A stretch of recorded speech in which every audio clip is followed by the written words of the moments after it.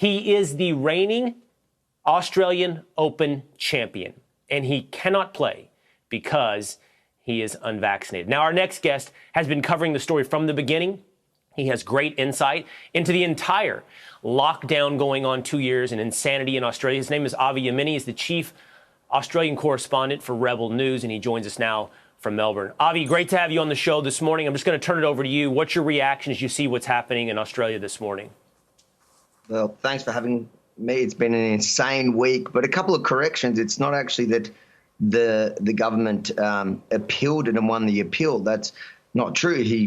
When he came in, they tried to ban him, saying his vaccine exemption was invalid.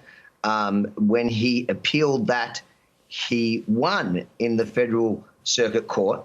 And what then transpired is the government claimed that he'd lied on his papers to get into the country in his documentation. But that's not even what they came after him at the end. At the end, the Minister of Immigration exercised his discretionary power to remove Novak Djokovic for the reason that his mere presence in the country would essentially incite dissent. He said, citing that he was a risk to civil order. So him being here, not that he was unvaxxed, but that people perceived his way of thinking, his belief to be anti-vax, and that could inspire people not to get vaccinated in a country where we're, 90%, or in a state 93% vaccinated. It is crazy what happened here today. Yeah, I mean, everything in Australia seems crazy to me these days. I guess my question to you is, I get how the government feels about this. It's a little surprising in the post-Omicron era where we now know that the vaccinated are spreading it.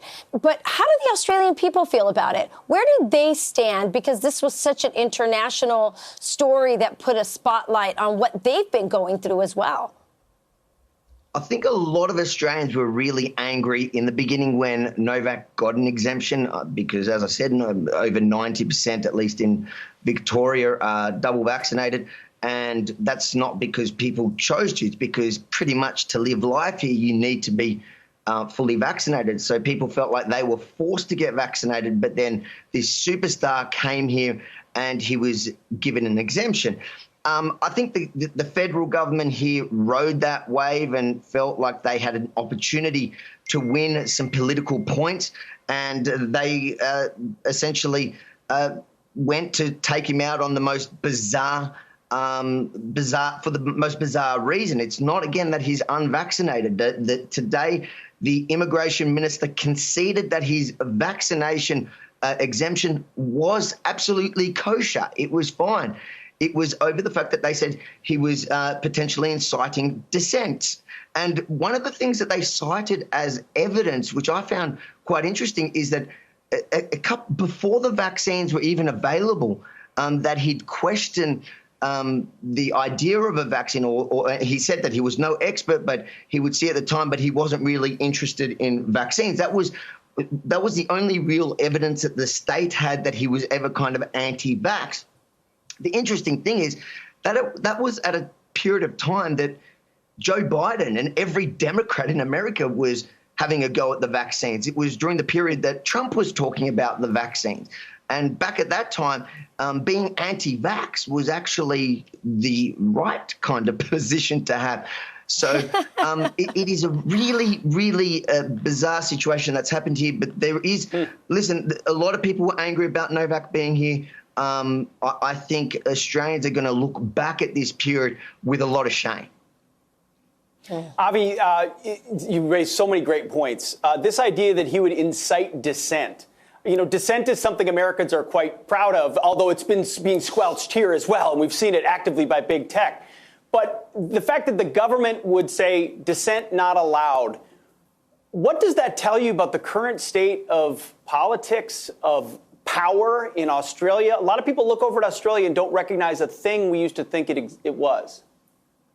Look, I lived here my whole life and I don't recognize it. The last 2 years has absolutely changed Australia, and day by day it gets worse as we're coming out of this pandemic, as we're learning to live with it. It seems like we're being stripped more and more of basic fundamental human rights. And it's really, really sad. And I hope, like probably many Aussies, that we come out of this okay and we're able to get back the Australia we once had. But it is looking harder and harder as we go forward.